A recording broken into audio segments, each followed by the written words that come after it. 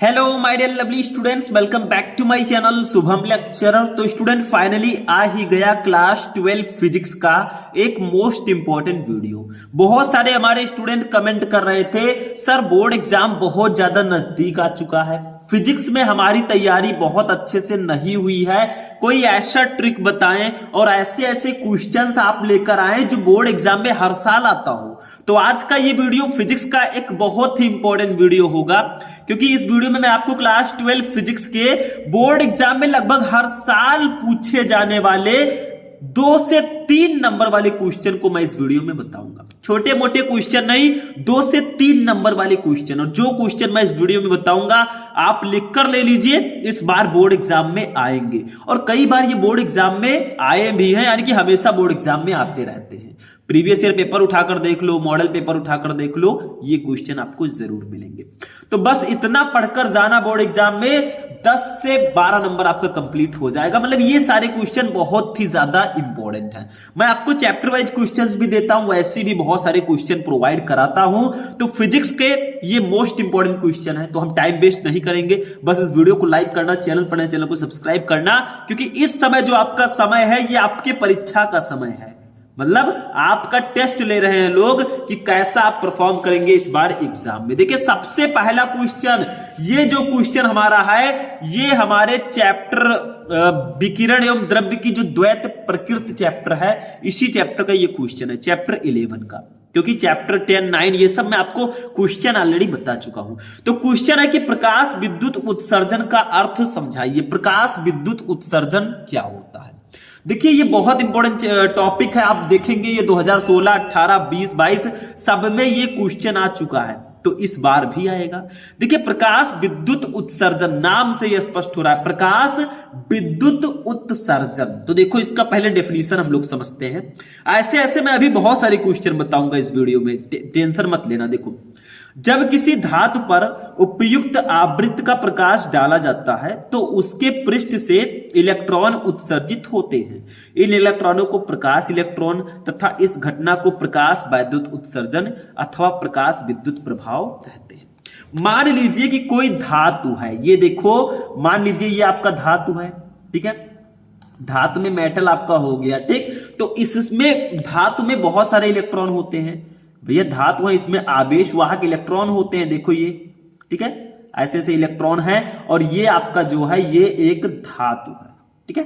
अब क्या कहा गया है ऊपर ध्यान से समझना, मैं स्टेप बाय स्टेप समझा रहा हूं। जब किसी धातु पर उपयुक्त आवृत्ति का प्रकाश डाला जाता है, अब मान लीजिए उचित आवृत्ति का प्रकाश इस धातु की सतह पर आकर पड़ा, देखो ये आवृत्त है, मतलब ये प्रकाश है, कोई प्रकाश इस धातु की सतह पर आकर पड़ा, ठीक है, डाला जाता है तो उसके पृष्ठ से इलेक्ट्रॉन उत्सर्जित होने लगते हैं। तो जो धातु का पृष्ठ है इसमें इलेक्ट्रॉन है, इससे इलेक्ट्रॉन जो है उत्सर्जित होने लगेंगे, बाहर निकलने लगेंगे, ठीक है। तो इसी घटना को हम प्रकाश विद्युत उत्सर्जन कहेंगे, मतलब इसमें इलेक्ट्रॉन्स निकलेंगे। अब जो इलेक्ट्रॉन निकल रहे हैं इनको हम लोग फोटो इलेक्ट्रॉन बोलेंगे। क्या बोलेंगे? फोटो इलेक्ट्रॉन, सॉरी प्रकाश इलेक्ट्रॉन बोलेंगे, ठीक है। प्रकाश इलेक्ट्रॉन लिख दीजिएगा ऐसे, प्रकाश इलेक्ट्रॉन, ठीक है, प्रकाश इलेक्ट्रॉन। और इस पूरी प्रक्रिया को ही हम प्रकाश वैद्युत उत्सर्जन कहते हैं। यानी कि सिंपल सा है, जब उचित आवृत्ति का कोई प्रकाश किसी धातु की सतह पर पड़ता है तो धातु की सतह से इलेक्ट्रॉन उत्सर्जित होने लगते हैं। इन इलेक्ट्रॉनों को हम प्रकाश इलेक्ट्रॉन और इस घटना को प्रकाश विद्युत उत्सर्जन या प्रकाश विद्युत प्रभाव कहते हैं। समझ में आ गया? कुछ है नहीं, एक धातु की सतह है, उस पर हमने एक प्रकाश डाला उचित आवृत्ति का, ठीक है, तो इस धातु की सतह से इलेक्ट्रॉन उत्पन्न उत्सर्जित हुए, इसी को हम प्रकाश विद्युत उत्सर्जन कहेंगे। पढ़ के मैं सुना देता हूं, जब किसी धातु पर उपयुक्त आवृत्ति का प्रकाश डाला जाता है तो उसके पृष्ठ से इलेक्ट्रॉन उत्सर्जित होते हैं। इन इलेक्ट्रॉन को प्रकाश इलेक्ट्रॉन तथा इस घटना को प्रकाश वैद्युत प्रभाव या प्रकाश विद्युत उत्सर्जन कहते हैं। दोनों सेम है। अगर प्रकाश विद्युत प्रभाव पूछा जाता है तब भी यही लिखना है, प्रकाश विद्युत उत्सर्जन पूछा जाता है तब भी यही लिखना है, दोनों नाम सेम ही है, ठीक है। अब एक चीज और मैं यहां पे समझा दूं, देखो अभी आपसे पूछा जाए देहली आवृत्ति क्या है, तो आप लोग एक परिभाषा लिखेंगे, आपतित प्रकाश की वह न्यूनतम आवृत्ति, यानी कि आपतित प्रकाश की वह न्यूनतम आवृत्ति जो किसी धातु की सतह से इलेक्ट्रॉन को उत्सर्जित कर सके, वो देहली आवृत्ति होगा। मतलब ये जो प्रकाश आई है ये क्या है, ये प्रकाश है, ठीक है। तो इस प्रकाश की वह न्यूनतम आवृत्ति जो किसी धातु की सतह से प्रकाश इलेक्ट्रॉनों को उत्सर्जित कर सके वो देहली आवृत्ति होगी। अब देहली तरंगदैर्घ्य अगर पूछा जाए तो आपतित प्रकाश की वह अधिकतम तरंगदैर्घ्य, ये जो प्रकाश आई है इसकी वह अधिकतम तरंगदैर्घ्य जो किसी धातु की सतह से प्रकाश इलेक्ट्रॉनों को उत्सर्जित कर सके वो देहली तरंगदैर्घ्य कहलाएगा, ठीक है। ये सब डेफिनेशन अभी आगे आपको पढ़ना पड़ेगा क्योंकि ये भी आपके बोर्ड एग्जाम में आते हैं। मैंने चित्र समझाया है तो मैं सोच रहा हूं कि आपको यहीं पर डेफिनेशन समझा दिया जाए। अगर आपसे प्रकाश विद्युत कार्य फलन पूछा जाए तो कह दीजिए आपतित प्रकाश की वह न्यूनतम ऊर्जा जो किसी धातु की सतह से प्रकाश इलेक्ट्रॉन उत्सर्जित कर सके वो हो प्रकाश वैद्युत कार्य फलन, उस धातु का प्रकाश वैद्युत कार्य फलन कहलाएगा। तो एक एक करके हम सबको पढ़ेंगे, ये ध्यान रखिएगा। सबसे पहले हम लोग ये समझ में आ गया कि जब किसी धातु पर उपयुक्त आवृत्ति का कोई प्रकाश डाला जाता है तो उसके पृष्ठ से, धातु के पृष्ठ से इलेक्ट्रॉन उत्सर्जित होने लगते हैं। इन इलेक्ट्रॉनों को प्रकाश इलेक्ट्रॉन और इस घटना को प्रकाश वैद्युत उत्सर्जन कहते हैं। अब दूसरा देखिए क्वेश्चन, ये भी बहुत ज्यादा इंपॉर्टेंट है। क्वेश्चन आपका इस प्रकार से आता है, ध्यान से देखना। प्रकाश वैद्युत कार्य फलन से क्या तात्पर्य है? बहुत इंपॉर्टेंट है। प्रकाश वैद्युत कार्य फलन क्या होता है? तो देखो वही चीज जो मैंने बताया था आपको कि वह न्यूनतम प्रकाश ऊर्जा जो किसी धातु पृष्ठ से इलेक्ट्रॉन उत्सर्जित करने के लिए आवश्यक होती है उस धातु का प्रकाश वैद्युत कार्यफलन कहलाता है। यानी कि आपतित प्रकाश की वह न्यूनतम ऊर्जा जो किसी धातु की सतह से इलेक्ट्रॉन को उत्सर्जित कर सकती है वो उस धातु का उस प्रकाश का कार्यफलन कहलाएगा, प्रकाश वैद्युत कार्यफलन कहलाएगा। सामान्यतः इसको W से व्यक्त करते हैं, मतलब कार्यफलन को W से डिनोट करते हैं। W इक्वल टू क्या होगा? वैसे वर्क, W का मतलब क्या होता है? वर्क, ठीक है। तो W इक्वल टू होगा H म्यू नॉट, ये फॉर्मूला होगा। W इक्वल टू होगा H म्यू नॉट, ये फॉर्मूला होगा। अब आप लोग कहेंगे सर जी W तो कार्यफलन है बट यहाँ पे H क्या है और म्यू नॉट क्या है? देखो भैया H जो आपका है ये प्लांक नियतांक है। क्या है? प्लांक नियतांक, ठीक है, नाम तो सुना ही होगा।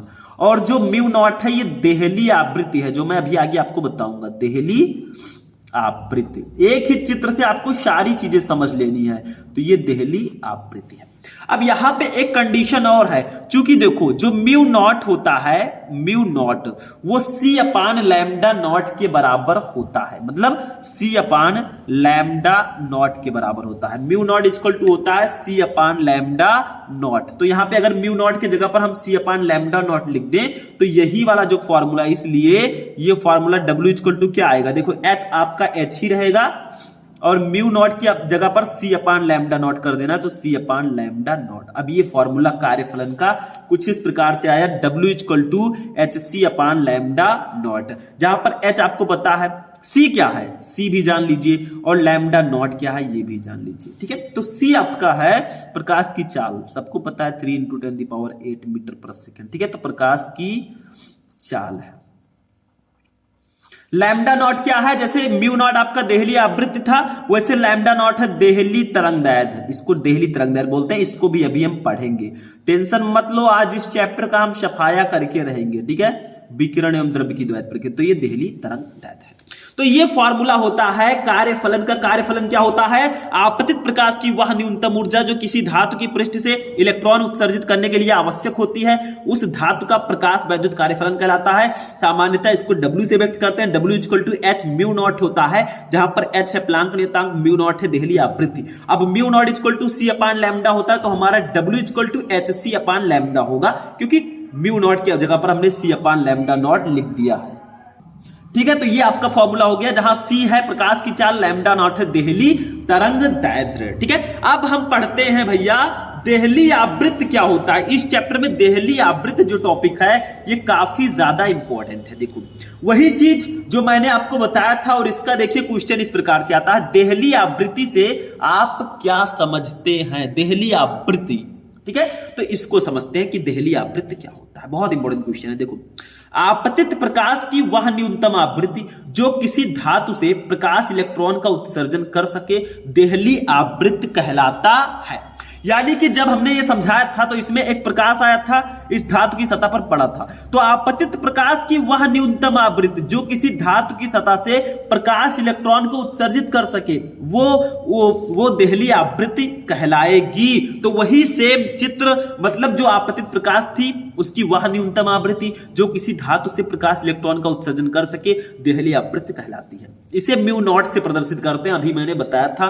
इससे कम आवृत्ति के प्रकाश से धातु से कोई प्रकाश इलेक्ट्रॉन नहीं निकलता, यही इसकी महत्व है। यानी कि अगर जो ये प्रकाश आपका इस धातु की सतह पर पड़ा था, अगर इस प्रकाश का जो मान है वो देहली आवृत्ति से कम है, तब इस धातु की सतह से कोई प्रकाश इलेक्ट्रॉन नहीं निकलेगा, और जब देहली आवृत्ति के बराबर होगा तभी यहां धातु की सतह से प्रकाश इलेक्ट्रॉन निकलेगा, यही इसकी महत्व है। ठीक है, अब आप लोग कहेंगे sir G mu naught Delhi आवृत्ति इक्वल टू होगा क्या? तो वही फॉर्मूला देखो, म्यू नॉट इक्वल टू मैंने बताया था C upon lambda naught, C upon lambda naught. इसको ऐसे लिख सकते हैं, कोई दिक्कत नहीं है। जहां पे सी है प्रकाश की चाल, लैम्डा नॉट आपका है देहली तरंग दैर्ध्य। ठीक है, तो ये हो गया। एक टॉपिक और है इसमें काफी ज्यादा इंपॉर्टेंट है, देखो एक टॉपिक और देख लेते हैं हम लोग, वो है देहली तरंगदैर्ध्य। तो वही सेम प्रोसेस जो मैंने बताया था, आपतित किसी धातु पर आपतित प्रकाश की तरंगदैर्ध्य का वह अधिकतम मान जिससे तरंगदैर्ध्य का प्रकाश धातु पृष्ठ से प्रकाश इलेक्ट्रॉन उत्सर्जित कर सके देहली तरंगदैर्ध्य कहलाएगा। यानी कि आपतित प्रकाश का वह अधिकतम तरंगदैर्ध्य जो किसी धातु की सतह से प्रकाश इलेक्ट्रॉन उत्सर्जित कर सके वो देहली तरंगदैर्ध्य कहलाएगा। सब कुछ बिल्कुल सिंपल सा है, कुछ इसमें है नहीं, सिर्फ आपको समझना है, समझने की आपको फेर है। ठीक है, इसको लैम्डा नॉट से प्रदर्शित करते हैं, मतलब किसी धातु पर आपतित प्रकाश की तरंगदैर्ध्य का वह अधिकतम मान। सिंपल सा मैं बताऊं तो आपतित प्रकाश का वह अधिकतम तरंगदैर्ध्य जो किसी धातु की सतह से प्रकाश इलेक्ट्रॉन उत्सर्जित करने के लिए आवश्यक है वो उस धातु का देहली तरंगदैर्ध्य कहलाएगा। ठीक है, इसको लैम्डा 0 से प्रदर्शित करते हैं। Lambda naught equal to formula क्या होगा, उसी तरह फॉर्मूला रहेगा जैसे mu naught equal to C upon lambda naught होता था, वैसे lambda naught equal to C upon mu naught होगा। म्यू नॉट को इधर लाएंगे तो लैम्डा नॉट इधर आ जाएगा। ठीक है, तो ये आपका फॉर्मूला हो जाएगा देहली तरंगदैर्ध्य का। अब यहाँ पे सी क्या है, प्रकाश की चाल है, सबको पता है, इसमें क्या प्रॉब्लम है। और म्यू नॉट क्या है, ये देहली आवृत्ति है, बस हो गया। ठीक है, समझ में आ गया। तो ये आपका हो जाएगा देहली तरंगदैर्ध्य। ठीक है, अब हम ऐसे टॉपिक पर आ रहे हैं भैया जो आपके बोर्ड एग्जाम के लिए बहुत ज्यादा इंपॉर्टेंट है। 3-3 नंबर वाले प्रश्नों में क्वेश्चन आता है, प्रकाश वैद्युत प्रभाव के नियम लिखिए, या फिर इस प्रकार से भी क्वेश्चन आता है, ध्यान देना ये क्वेश्चन। प्रकाश वैद्युत प्रभाव, ये तो हो गया आपका। ठीक है, प्रकाश विद्युत उत्सर्जन के नियम लिखिए। देखो, प्रकाश विद्युत उत्सर्जन के नियम या प्रकाश विद्युत प्रभाव के नियम, दोनों एक ही है, मैंने आपको बताया। मतलब आपने ये तो पढ़ लिया कि जब उचित आवृत्ति का कोई प्रकाश किसी धातु की सतह पर पड़ता है तो धातु से प्रकाश इलेक्ट्रॉन उत्सर्जित होने लगते हैं। इस घटना को प्रकाश विद्युत उत्सर्जन कहते हैं। लेकिन कब उत्सर्जित होंगे, इसके कुछ नियम है, कुछ नियम कानून है, वो अगर अप्लाई होगा तभी, जब ये आप प्रकाश इस पर पड़ेगा धातु पर, तभी इलेक्ट्रॉन उत्सर्जित होंगे। तो वो नियम क्या है, तो प्रकाश विद्युत प्रभाव के नियम, देखो ध्यान से समझना, नियम काफी ज्यादा इंपॉर्टेंट है। देखो, वैज्ञानिक लेनार्ड तथा मिलिकन ने प्रकाश विद्युत प्रभाव के संबंध में किए जाने वाले प्रयोगों से प्राप्त प्रेक्षणों के आधार पर कुछ नियम दिए जो प्रकाश विद्युत प्रभाव के नियम कहलाते हैं। मतलब वैज्ञानिक लेनार्ड और मिलिकन ने यह नियम दिया था, प्रकाश विद्युत प्रभाव के संबंध में किए गए प्रयोगों से प्राप्त प्रेक्षणों के आधार पर कुछ नियम दिए जो प्रकाश विद्युत प्रभाव के नियम कहलाते हैं। प्रकाश विद्युत प्रभाव के नियम निम्न है। इसके नियम क्या क्या है उसको समझिए, कुछ नियम कानून है। देखो, किसी धातु की सतह से प्रकाश इलेक्ट्रॉनों के उत्सर्जन की दर धातु की सतह पर गिरने वाले प्रकाश की तीव्रता के अनुक्रमानुपाती होता है।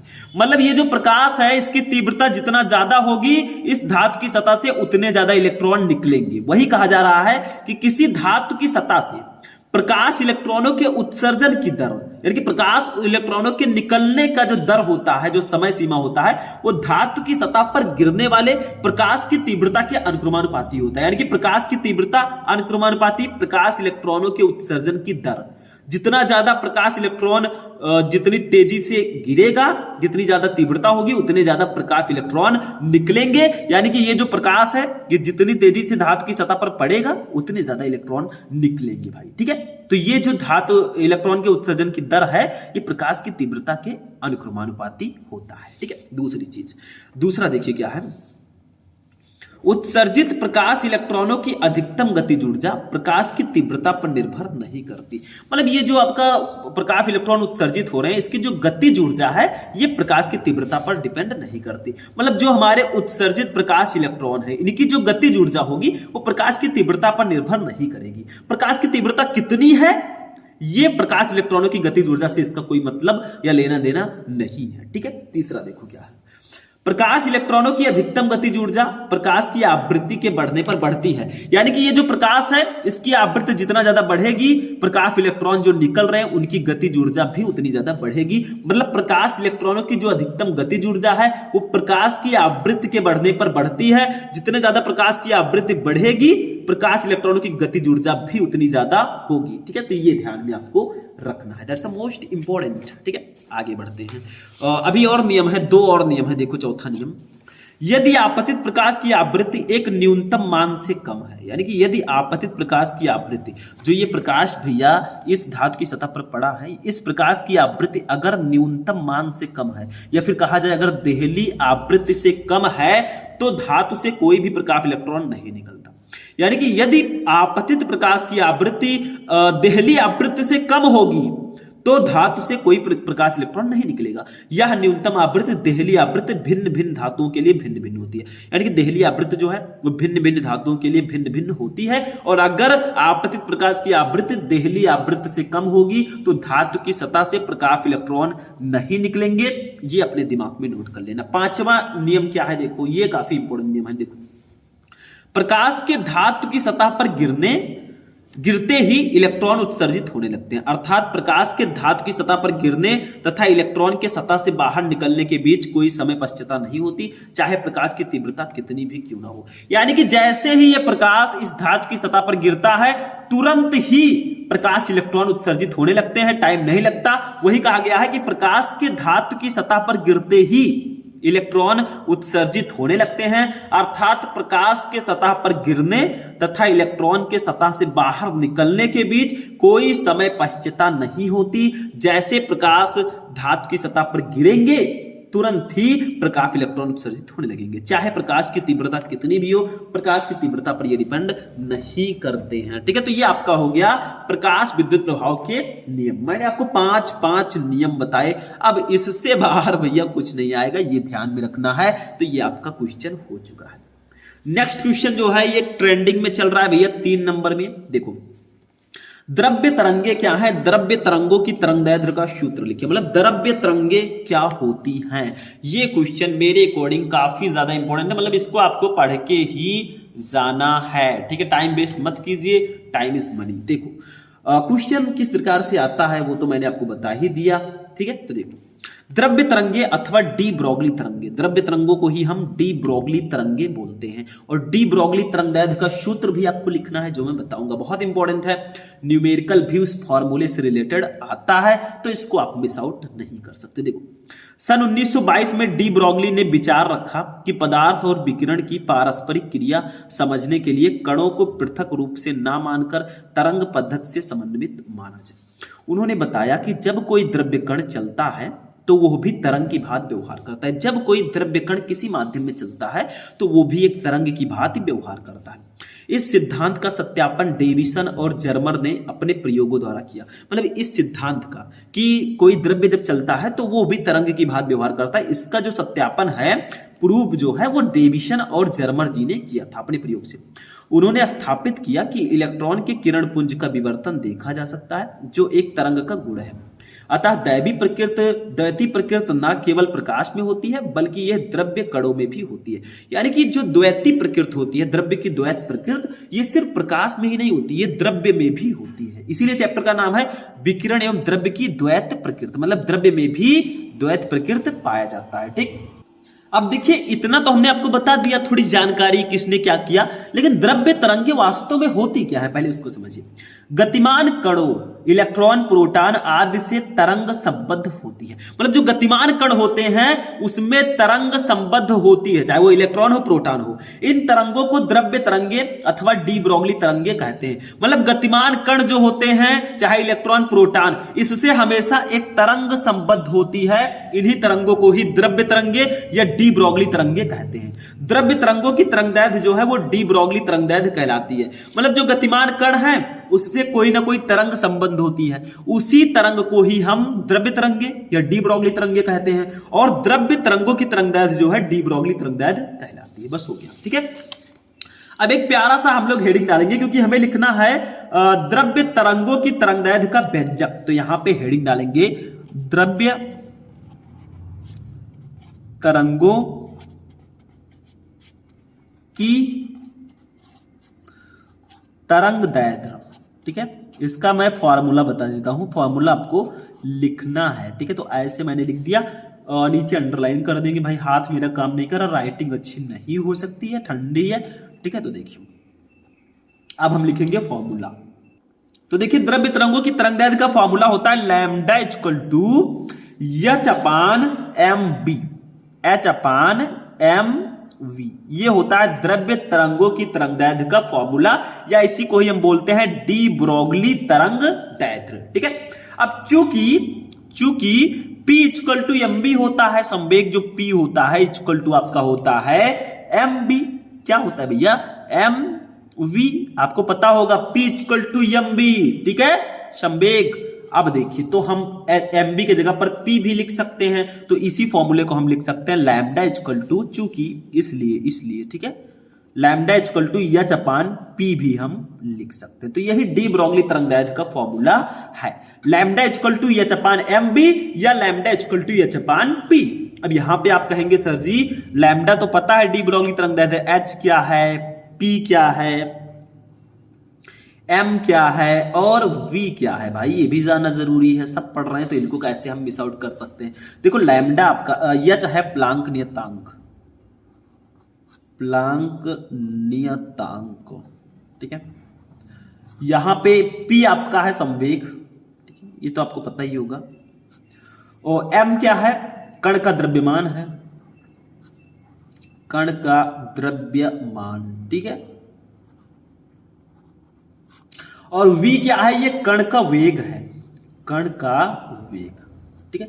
तो ये आपका फॉर्मूला होता है, यही होता है डी ब्रोगली तरंगदैर्घ्य का formula, lambda equal to H upon M B. अगर आपको एच दिया गया है, एम दिया गया है, वी दिया गया है, तो आप जो है लैम्डा को बहुत ही इजीली फाइंड आउट कर सकते हैं, नो प्रॉब्लम, ठीक है। तो इसको आपको ध्यान में रखना है। कण का संवेग, ये आपका पी जो है कण का संवेग है। तो ये आपका होगा नेक्स्ट क्वेश्चन, ठीक है। तो स्टूडेंट आज का जो ये हमारा क्लास है वो यहीं पर फिनिश होगा। हमने आज के इस क्लास में जाना क्लास 12 फिजिक्स के 2 से 3 नंबर वाले टॉप 5-6 क्वेश्चन थे, ठीक है, सबको हमने पढ़ा। देखो धीरे धीरे करके मैं आपको सारी चीजें पढ़ाऊंगा इससे पहले। और ये जो क्वेश्चन थे ये हमारे चैप्टर 11 से थे, यानी कि विकिरण एवं द्रव्य की द्वैत प्रकृति। अब आप कहेंगे सर जी चैप्टर 1, 2, 3, 4 और चैप्टर 10, 9 ये कहां गया? तो इसको मैं ऑलरेडी आपको बता चुका हूं, सर्च करो आ जाएगा। तो आज की क्लास कैसी लगी, इस वीडियो को लाइक करना। देखिए इस चैप्टर में बहुत ज्यादा क्वेश्चन नहीं थे, 6 क्वेश्चन थे, 6 के 6 मैंने बता दिए। न्यूमेरिकल्स आपको अलग से सॉल्व कर लेना है। तो आज की क्लास यहीं पर फिनिश होगी। इस वीडियो को लाइक करना, चैनल पर नए चैनल को सब्सक्राइब करना। मिलेंगे नेक्स्ट वीडियो में नेक्स्ट टॉपिक के साथ, तब तक के लिए जय हिंद।